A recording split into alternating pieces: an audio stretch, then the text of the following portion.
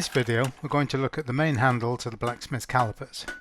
Our starting stock is approximately 13 inches of 3/4 wide by 3/16 thick, and note this is not a 3:1 ratio or better, so pay attention when you're forging on edge. Fuller in about 1/4 inch behind a 2-inch taper or so to the end. Take the fullers down to 1/8 inch depth or so, and then get rid of any lipping and cupping. Straighten the bar. Create another taper along the parent bar for about 2 or 2.5 inches beyond the fuller depressions. Going to fuller in again at about a 3.5 inch mark beyond the initial fullers. Again, take the depth down to about 1/8 inch or so, and then dress any lipping or cupping. Create a third taper along the parent bar for about 1 inch. This is a very gradual taper.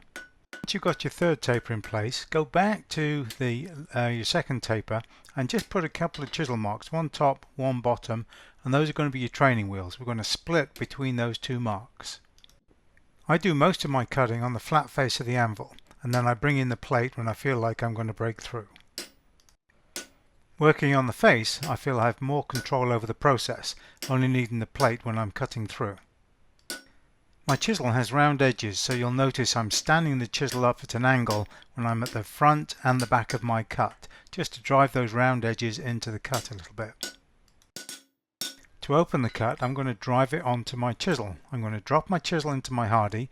Notice I've got plenty of clearance between the tip of my chisel and the hammer handle, and then I'm just going to offer up the split, and with the cross peen drive down on each side, trying to open up that split a little bit at a time. Moving the chisel to the vise, I continue the same sort of work. Drive the piece onto the chisel, and then at some stage I'm going to drive from the end of the bar to open up one end of the cut. We'll come in later when everything's cold and clean up that transition with a file.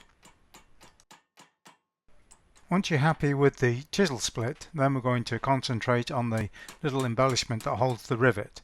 I'm going to fuller in twice. Once at the top of that small taper that we created earlier, taper 3, and then about 1 inch back from that. So 2 sets of fuller grooves.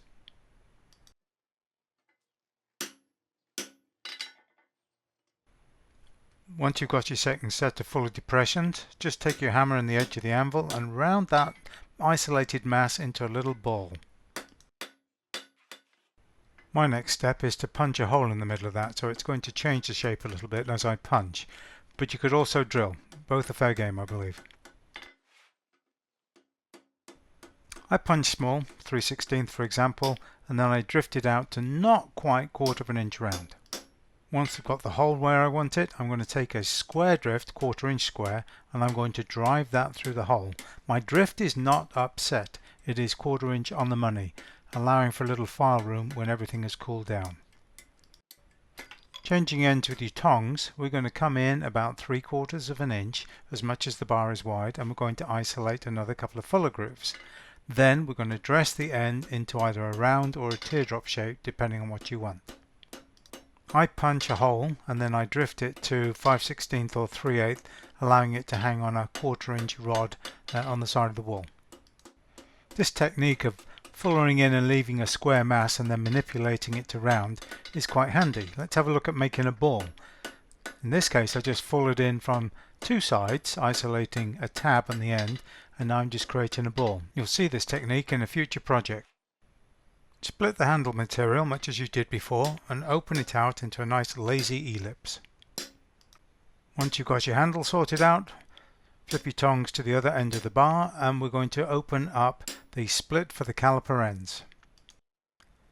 Split the ends and then go to the vise and dress the inside of the cut, especially the root, because we're going to open this cut out and we need that root protected. I drive the chisel in from the top, equalizing the cut, and then I come in with the side of the chisel just to give it a half round.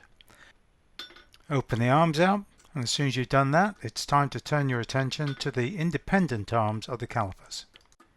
Using the same parent stock, I want you to draw an 8-inch taper to the 3/4 by 3/16 bar.